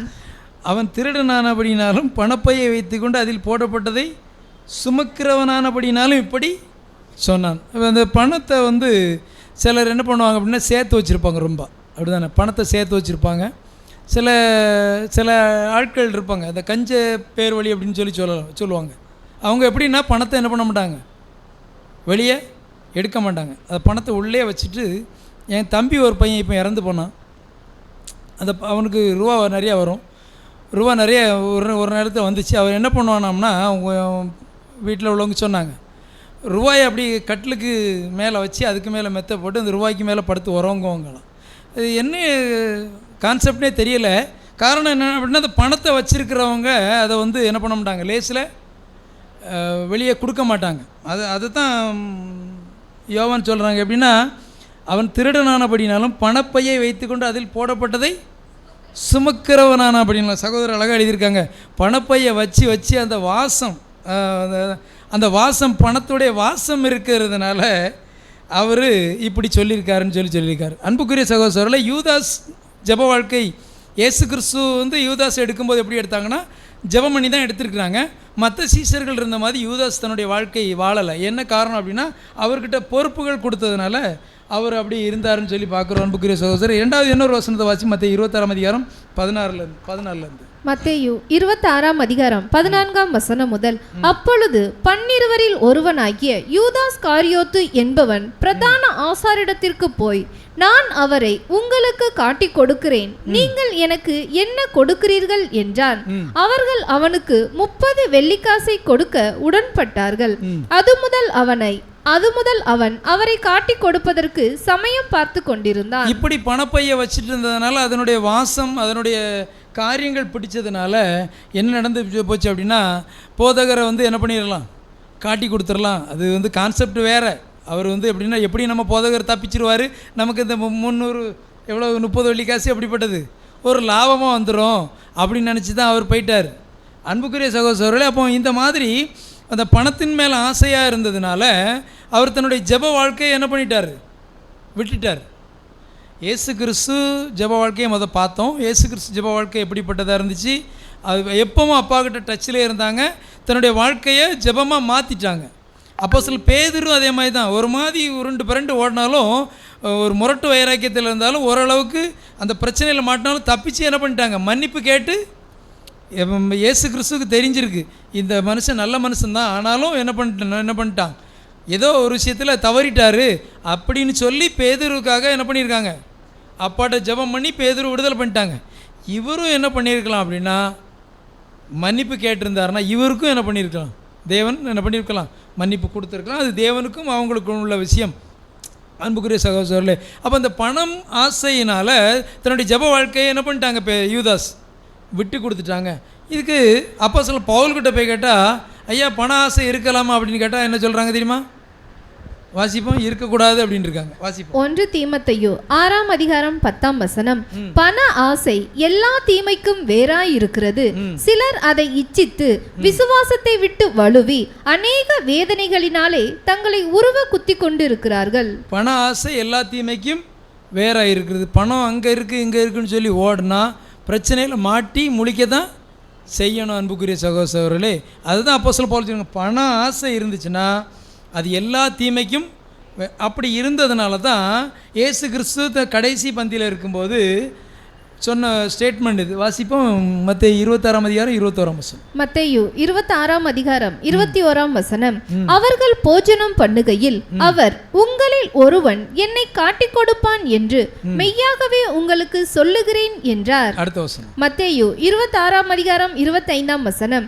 அவரை காட்டிக் கொடுத்த யூதாசும் அவரை நோக்கி, ரபி, நானோ என்றான். அதற்கு அவர், நீ சொன்னபடிதான் என்றார். இந்த சம்பவத்தில் இயேசு கிறிஸ்து என்ன நினச்சிருப்பாங்க அப்படின்னா, இந்த டைம்லையாவது யூதாஸ் என்ன பண்ணியிருக்கலாம், ஒரு மனம் திரும்பி இருக்கலாம், அதை நீ தான் அப்படின்னு சொல்கிறாங்க, அப்பமா மனம் திருப்பி இருக்கலாம்னு சொல்லி தான் சகோதரர் எழுதுகிறாங்க. அன்புக்குரிய சகோதரர்களே, அப்போ போச்சனம் பண்ணும்போது உங்ககிட்ட தான் ஒருத்தர் இருந்து என்னை காட்டி கொடுப்பான் அப்படின்னு சொல்லும்போது எல்லா சீசர்களும் என்ன கேட்டாங்க, நானா நானா நானா அப்படின்னு கேட்கும்போது, யூதாஸ் கேட்கும்போது மட்டும் இயேசு கிறிஸ்து என்ன சொல்கிறாங்க, நீ சொல்கிறபடியே ஆமாம் நீ தான் அப்படின்னு சொல்லும்போது அந்த டைம்லையாவது ஒரு மனம் திரும்புறதுக்கு ஒரு வாய்ப்பு இருக்குமான்னு தான் நம்முடைய ஆண்டவராக இயேசு கிறிஸ்து அந்த வார்த்தையை சொல்லியிருக்காங்க. அப்படியும் திருந்தாமல் தான் இந்த சம்பவத்தை அவங்க பண்ணி தன்னுடைய வாழ்க்கையை முடிச்சுக்கிட்டாங்க. வாசிப்போம் மத்தேயு 27ஆம் அதிகாரம். மத்தேயு 27ஆம் அதிகாரம் 3ஆம் வசனம் முதல். அப்பொழுது அவரை காட்டிக் கொடுத்த யூதாஸ், அவர் மரண ஆக்கினைக்குள்ளாக தீர்க்கப்பட்டதைக் கண்டு மனஸ்தாபப்பட்டு அந்த 30 வெள்ளிக்காசை பிரதான ஆசாரியரிடத்திற்கும் மூப்பரிடத்திற்கும் திரும்ப கொண்டு வந்து, குற்றமில்லாத இரத்தத்தை நான் காட்டிக் கொடுத்ததினால் பாவம் செய்தேன் என்றான். அதற்கு அவர்கள், எங்களுக்கென்ன, அது உன் பாடு என்றார்கள். அப்பொழுது அவன் அந்த வெள்ளிக்காசை தேவாலயத்திலே எறிந்துவிட்டு புறப்பட்டு போய் நான்று கொண்டு செத்தான். இந்த சம்பவத்தை சகோதரர் எழுதும்போது என்ன சொல்கிறாங்க அப்படின்னா, இப்படி போய் அவங்கக்கிட்ட போய் கேட்டதுக்கு தேவன்கிட்ட மன்னிப்பு கேட்டிருந்தாங்கன்னா அவங்களுக்கு ஏதாவது ஒரு சில விஷயங்களை தேவன் என்ன பண்ணியிருப்பாங்க, கொடுத்துருப்பாங்க அப்படின்னு சொல்கிறாங்க. ஆனாலும் அவர் என்ன பண்ணல, தன்னுடைய ஜெப வாழ்க்கையை இயேசு கிறிஸ்து சொன்ன மாதிரி தன்னுடைய வாழ்க்கையை வாழலை. அன்புக்குரிய சகோதரர்களே, இதை தான் ஆண்டவராக இயேசு கிறிஸ்து ஆரம்பத்தில் பரமண்டல ஜெபம் சொல்லும்போது ஒரு விஷயம் சொல்லி கொடுத்தாங்க, எங்களை சோதனைக்கு உட்பட பண்ணாமல் தீமையின்றீங்களை ரட்சித்து கொண்டு. எங்களுக்கு சோதனை வரும்போது அந்த சோதனையில் நாங்கள் மாட்டிடாமல் என்ன பண்ணுங்கள், தீமையின்றி எங்களை ரட்சித்து கொள்ளுங்கன்னா. நமக்கு சோதனை வரும், சோதனைகள் வரும், வேதமானவர்களுக்கு சோதனை வரும், சபை வாய்ப்பு ஓடிட்டு இருக்கவங்களுக்கு சோதனை வரும். அப்படி சோதனை வந்தாலும் அந்த சோதனையிலிருந்து ஜெயிக்கிறதுக்கு தேவன் என்ன பண்ண போகிறாங்க, தன்னுடைய பரிசுத்த ஆவியை கொடுத்து நம்மளை காக்க போகிறாங்க. அன்புக்குரிய சகோதரர்களே, ஆண்டவராக இயேசு கிறிஸ்து யூதாஸுக்காக ஒரு ப்ரேயர் பண்ணியிருந்தாங்க. என்ன ப்ரேயர் அப்படின்னா, வாசிப்போம் மத்தேயு 26ஆம் அதிகாரம் 24ஆம் வசனம். மத்தேயு 26ஆம் அதிகாரம் 24ஆம் வசனம். மனுஷகுமாரன் தம்மை குறித்து எழுதியிருக்கிறபடியே போகிறார். ஆகிலும் எந்த மனுஷனால் மனுஷகுமாரன் காட்டிக் கொடுக்கப்படுகிறாரோ அந்த மனுஷனுக்கு ஐயோ, அந்த மனுஷன் பிறவாதிருந்தானால் அவனுக்கு நலமாயிருக்கும் என்றார். உண்மையிலேயே ஆண்டவராகிய இயேசு கிறிஸ்து யூதாஸ் மேலே பரிதாபப்பட்டு தான் இந்த ஜெபத்தை பண்ணியிருக்காங்க. அப்படி தானே? இந்த மனுஷன் பிறக்காமல் இருந்தால் எப்படி இருக்கும், நலமாக இருக்கும். ஏன் அப்படின்னா, தான் நேசித்த ஒரு சீசன், தன்னுடைய பிராண சிநேகிதன், தன்னுடைய நம்பிக்கைக்குரிய சீசன் யூதாஸ். இப்படிப்பட்ட ஒரு சீசன் மறித்து போகிறாங்களே, 2ஆம் மரணத்துக்கு போயிடுவாங்களே, தன்னோட கூட ஆளுகைக்கு வர முடியலையேங்கிற ஆதங்கம் தான் நம்முடைய ஆண்டவராக இயேசு கிறிஸ்துவுக்கு யூதாஸின் வாழ்க்கையில் இருந்துச்சுன்னு சொல்லி பார்க்குறோம். அப்போ யூதாஸின் ஜெப வாழ்க்கை எப்படி இருந்துச்சுன்னா, அது தேவனுக்கு பிரியமில்லாத பண ஆசையில் உள்ள ஒரு வாழ்க்கையாக வாழ்ந்தாங்கன்னு சொல்லி பார்க்குறோம். சரி, இதில் நமக்கு என்ன பாடம், முடிச்சிடலாம் நம்ம. இதில் நமக்கு என்ன பாடம்னு சொல்லி பார்க்கும்போது, அன்புக்குரிய சகோதரர்களே, இயேசு கிறிஸ்துவின் ஜெப வாழ்க்கை எப்படிப்பட்டதாக இருந்துச்சு? இயேசு கிறிஸ்துவின் ஜெப வாழ்க்கை எப்படிப்பட்டதாக இருந்துச்சு அப்படின்னா, அர்ப்பணிக்கப்பட்ட ஜெப வாழ்க்கை. எப்பவும் தேவன்கிட்ட தன்னுடைய வாழ்க்கையை அர்ப்பணித்து வாழ்ந்தாங்க. இயேசு கிறிஸ்துவனுடைய ஜெப வாழ்க்கை அர்ப்பணிக்கப்பட்ட ஒரு வாழ்க்கையாக இருந்துச்சு. பேதுருடைய ஜெப வாழ்க்கை எப்படி இருந்துச்சு அப்படின்னா, சுயநலத்தையும் தன்னம்பிக்கையும் சார்ந்த ஜெப வாழ்க்கையாக இருந்துச்சு. எப்போ? பெந்தேகோஸ்து நாளுக்கு முந்தி. நான் பெந்தேகோஸ்து நாளுக்கு பிறகு பேதுரு அவங்கள பற்றி பேச வரல. பெந்தேகோஸ்து நாளுக்கு முந்தி எப்படிப்பட்டதாக இருந்தது? சுயநலத்தையும் தன்னம்பிக்கையும். எதுக்கு சொன்னாலும், இயேசு கிறிஸ்து சொன்னாலும், இயேசு கிறிஸ்து நடந்து வரும்போது, கடல் மேல் நடந்து வரும்போது என்ன பண்ணுவாங்க, நானும் வாரேன் அப்படின்னு சொல்லிட்டு என்ன பண்ணிடுவாங்க, தன் மேலே நம்பிக்கை வச்சு போகிறாங்க. ஆனால் தன் மேலே நம்பிக்கை வச்சா என்ன பண்ண முடியாது, ஜெயிக்க முடியாது அதிகமாக அப்படின்னு சொல்லி தேவன் மேலே நம்பிக்கை வச்சு தான் போகணும். அதுதான் ஆண்டவராகிய இயேசு கிறிஸ்து சொல்கிறாங்க, ஒருவன் என் பிதாவினால் இழுத்து கொள்ளப்படாவிட்டால் என்கிட்ட என்ன பண்ண முடியாது, என் பிதாவுடைய சித்தத்தை செய்யாதவன் எனக்கு பாத்திரன் அல்ல. அப்போ ஆண்டவராகிய இயேசு கிறிஸ்து பிதாவின் சித்தத்தை செஞ்சதுனால தான் அவங்க வாழ்க்கை எப்படிப்பட்ட வாழ்க்கையாக இருந்துச்சுன்னா, அர்ப்பணிக்கப்பட்ட ஜெப வாழ்க்கையாக இருந்துச்சு. பேதுருவுடைய ஜெப வாழ்க்கை எப்படி இருந்துச்சு? பெந்தேகோஸ்து நாளைக்கு முன்பு அப்படின்னா சுயநலத்தையும் தன்னம்பிக்கையும் சார்ந்த ஒரு ஜெப வாழ்க்கையாக இருந்துச்சு. யூதாஸின் வாழ்க்கை எப்படி இருந்துச்சுன்னா ஜெபமே இல்லாத வாழ்க்கையாக இருந்துச்சு. அன்புக்குரிய சகோதரர்களே, நம்ம எப்படிப்பட்ட வாழ்க்கையை இதில் இந்த மூணுலேயும் நம்ம எப்படிப்பட்ட வாழ்க்கையை வாழணும்? இயேசு கிறிஸ்துக்கிட்ட போய் வாழ்ந்த வாழ்க்கையை நாம் என்ன பண்ணணும்? வாழணும். அது ரொம்ப ரொம்ப கஷ்டம். இயேசு கிறிஸ்து வாழ்ந்த வாழ்க்கையை வாழ ரொம்ப ரொம்ப கஷ்டம். அடுத்தால பேதுருக்கிட்ட போனால் அவங்க வாழ்க்கையை ஓரளவுக்கு நம்ம என்ன பண்ணலாம்? பேதுரு மாதிரி வைராக்கியமாக நம்மளால் வாழ முடியாதனாலும் ஓரளவுக்கு என்ன பண்ணலாம்? வாழலாம். கடைசி இங்கே மட்டும் நம்ம என்ன பண்ணக்கூடாது? பெயரக்கூடாது. அப்போ நம்ம சப்ஜெக்டோட தலைப்பு என்ன அப்படின்னா ஜெபத்தில் காணப்படக்கூடிய வேறுபாடுகள். இந்த மாதிரி வேறுபாடுகள் உள்ள ஜெபம் வாழ்க்கை இருந்துச்சு பைபிளில். இதில் நம்ம என்ன பண்ணணும் அப்படின்னா யாரை எடுக்கணும் அப்படின்னா நம்முடைய ரோல் மாடலை தான் எடுக்க முடியும். ஏன் அப்படின்னா அவங்க தான் டாப் லெவலில் இருக்கிறாங்க எந்த சூழ்நிலையிலும். அப்போ சில பேதுருக்கிட்ட பவுல்கிட்ட அவங்ககிட்ட போய் பவுல்கிட்ட கேட்கும்போது நான் பாவிலையும் பிரதான பாவின்றாங்க. பேதுரு பரிசுத்தாவி வாங்கின பிறகு தன்னை எங்கேயும் அதிகமாக உயர்த்தினதாக ரெக்கார்டு இல்லை. உயர்த்தின இருக்காங்களா எங்கேயாவது? தன்னை அதிகமாக உயர்த்தினதாக ரெக்கார்டு இல்லை. அன்புக்குரிய சகோதரர், நாமும் இந்த மாதிரி இவங்க வாழ்க்கையில் நடந்த சம்பவத்தை போல் பேதுருனுடைய பெந்தேகோஸ்து நாளுக்கு பிறகு வாழ்ந்த வாழ்க்கையை நாம் என்ன பண்ணணும்? நம்ம வாழ்க்கையில் எடுத்துக்கிடணும். அன்புக்குரிய, அதுக்கு தான் இவ்வளோ நாள் இவ்வளோ பாடங்கள் இருக்குது. இந்த மாதிரி வாழ்ந்தால் நமக்கு என்ன கிடைக்கும் அப்படிங்கிறத ஆண்டவராக இயேசு கிறிஸ்துக்கு கிடைச்சது தான் யாருக்கு கிடைக்கும்? நமக்கு கிடைக்கும். வாசிப்போம், ஒரு வசனத்தை வாசித்து முடிப்போம். வெளிப்படுத்தின விசேஷம் 2ஆம் அதிகாரம் 10ஆம் வசனம். வெளிப்படுத்தல் விசேஷம் 2ஆம் அதிகாரம் 10ஆம் வசனம். நீ படப்போகிற பாடுகளை குறித்து எவ்வளவும் பயப்படாதே. இதோ நீங்கள் சோதிக்கப்படும் பொருட்டாக பிசாசானவன் உங்களில் சிலரை காவலில் போடுவான். 10 நாள் உபத்திரவப்படுவீர்கள். ஆகிலும் நீ மரண பரியந்தம் உண்மையாயிரு, அப்பொழுது ஜீவ கிரீடத்தை உனக்கு தருவேன். எந்த பரியந்தம் இருக்கணுமா? மரண பரியந்தம் உண்மையாக இருக்கணுமா? வேதமானவர்களும் அழைக்கப்பட்டு சபை வாய்ப்பு அழைக்கப்பட்டு ஓடிட்டுருக்க நமக்கு சாகிறது வரை எப்படி என்ன போராட்டம் இருக்கும், பாடுகள் இருக்கும், நெருக்கங்கள் இருக்கும், வேதனைகள் இருக்கும். இதுக்கு மத்தியில் ஓடினா தான் அந்த ஓட்டம் எப்படிப்பட்ட ஓட்டமா? இதுக்கு மத்தியில் ஓடினா தான் அந்த ஓட்டத்தில் என்ன கிடைக்கும்? ஜீவ கிரீடம் கிடைக்கும். அப்போ இந்த ஓட்டத்தில் நாம் ஓடி ஜீவ கிரீடத்தை பெற இந்த ஜெபத்தில் இயேசு கிறிஸ்துவோட ஜெப வாழ்க்கையை எடுத்துக்கிட்டு அவங்க வாழ்ந்த வாழ்க்கையை நாம் வாழ்ந்து பரலோக ராஜ்யத்துக்கு சென்று சேர தேவன் தாமே கிருபை செய்வாராக. இவ்வளோ நேரம் பொறுமையோடு கேட்டவங்களை தேவன் தாமே ஆசீர்வதித்து வழிநடத்துவாராக. ஆமென்.